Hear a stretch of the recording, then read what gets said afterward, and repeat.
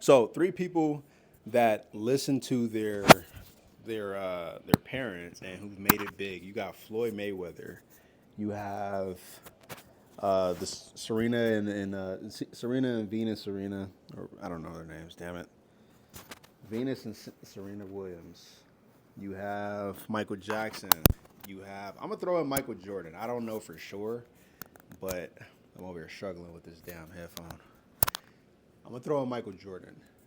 I'm not gonna throw in LeBron James because I feel like he just kind of already knew. Again, we don't have cameras, we don't have audio on whether or not if these guys just listen to what their family has to say verbatim. I think Zion Williamson, uh, you get the point. Michael Jackson, Floyd Mayweather, Donald Trump. That's somebody that I don't know for sure. I would think so. There's a couple of clips on him talking about his dad and I think his brother as well too. I think he said his brother told him not to drink alcohol, and he said he's never drinking any alcohol at all. So I thought that was pretty interesting. And you could say that success off of, I mean, you guys know the um, the pros and cons to drinking alcohol, right? Alcohol, sure, it makes you feel good, but then the other side is that it can fucking kill you. The reality being said, I'm not gonna sugarcoat that. It can kill you if you drink a lot of it, especially like when you binge drink or you kind of like load up on those days where you don't drink a lot and then you just like go ham on these one specific days and you do it long enough, right? There's some people who like will drink, right? There's some people who will drink and they will like just on the weekend load up, drink a shit ton, and they do that for years and years and years and get hella sick because of that. I guess you can say that routine. Not everybody, right? Because everybody's body is different. But they do it enough and they get really, really sick. Just a little bit of history about myself. Both of my grandfathers got really, really sick due to drinking, and I'll kind of leave it at that. But yeah, so kids who listen to their parents have became very, very, very, very successful. Floyd Mayweather, if I'm not mistaken, I think he's a billionaire. Venus and Serena Williams, very, very rich. Michael Jackson, iconic. I'm gonna throw Lil Wayne in there as well too. Listen to Birdman, very, very successful. In my opinion, this is gonna be a video for another time. Lil Wayne, in my opinion, is the greatest rapper of all time. Now, here's the deal, and I'm gonna briefly go over this. When I say greatest rapper of all time, I'm basically saying putting words together. Now, you could say disguising words with different kind of meaning. So you can say, somebody like a Kendrick Lamar. In my opinion, I put Kendrick Lamar. If we're talking about like witty words and et cetera and so forth, I'll put him at number 6 or 7.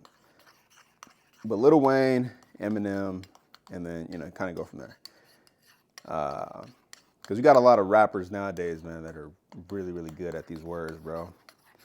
But yeah, I think if you have kids or you are a kid or you're an adult and you kind of like live to contest to this and you're a living and breathing example, let me know.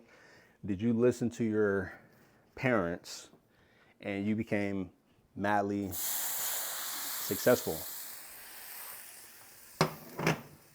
Because I think that, when you look at parents, right? Parents, they are there to teach you and they're there to show you and to share their experience.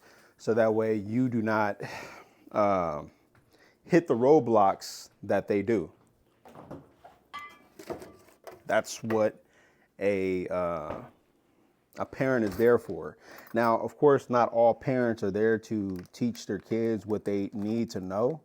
But if you do have a parent that's there to tell you what to do, what not to do, and et cetera and so forth, that's pretty much a cheat code. Now, say for example, we're talking about Floyd Mayweather. I don't, I haven't dug too deep into his father's history and know how far he's come along with boxing or if he's like a all-time world champion. I don't know that, but for the sake of this video, let's say for example he isn't a world champion, but he has the blueprint on how to become a very, very great boxer, right? So there's some people who are very great players and who suck ass at coaching.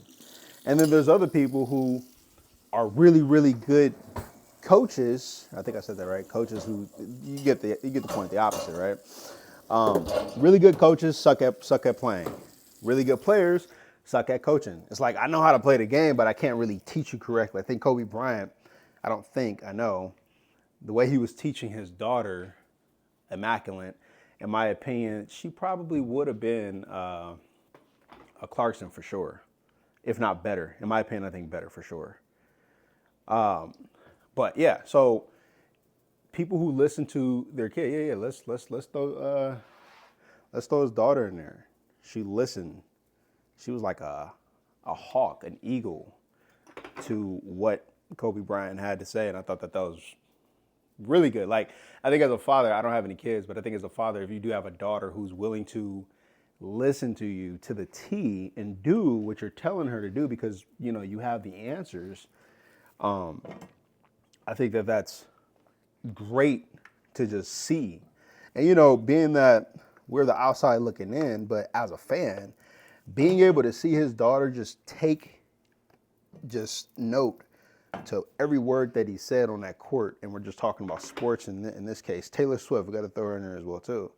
And then to see, based off of what we've kind of felt what Kobe Bryant was teaching his daughter, I would love if there's any audio out there that can dive into the conversations that he was having with his daughter, like telling her to do this and telling her to do that, and then she did it, and being able to show those clips back and forth, like the audio, and her actually doing it in real time, like that would be amazing. If somebody has that footage, but great story as well. But yeah, if you do have kids, I would definitely say, man, if you're not doing it already, I would say definitely get them to listen. Get them to listen to your ideas. They may not respect your ideas, right? There's some kids who only respond if Michael Jordan is talking to them. Unfortunately, meaning that they don't put too much value on what their parents say because they probably don't take their parents seriously. But if you have to, somehow, some way, flip the script, change the narrative, and get it to where your kids do respect and hold a lot of value based off of what you say, as if you are Kobe Bryant or Michael Jordan. And this goes with just investing opportunities and et cetera and so forth, just having a good outlook on where you think that your kids can go. If, you know, whether it is a roadblock that you have that you can teach, or, you know, this goes on, you know, for so many different range of topics. But I think one of the biggest ones you can say is finances. Teaching your kids about finances and the roadblocks that come with, like, for them to not repeat maybe something that you've done in the past, or something that you have a story of a friend or a friend did, or stuff that you just see online and that you can teach your kids, like, hey, don't do this, don't do that. And at least you said it. And I think that if you implement it and you kind of drilled it in their head to say, hey, don't do this, don't do that, I think we'll have a lot more successful, you know, young people entering in the real world, better than what we have it right now. Let me know what you guys think.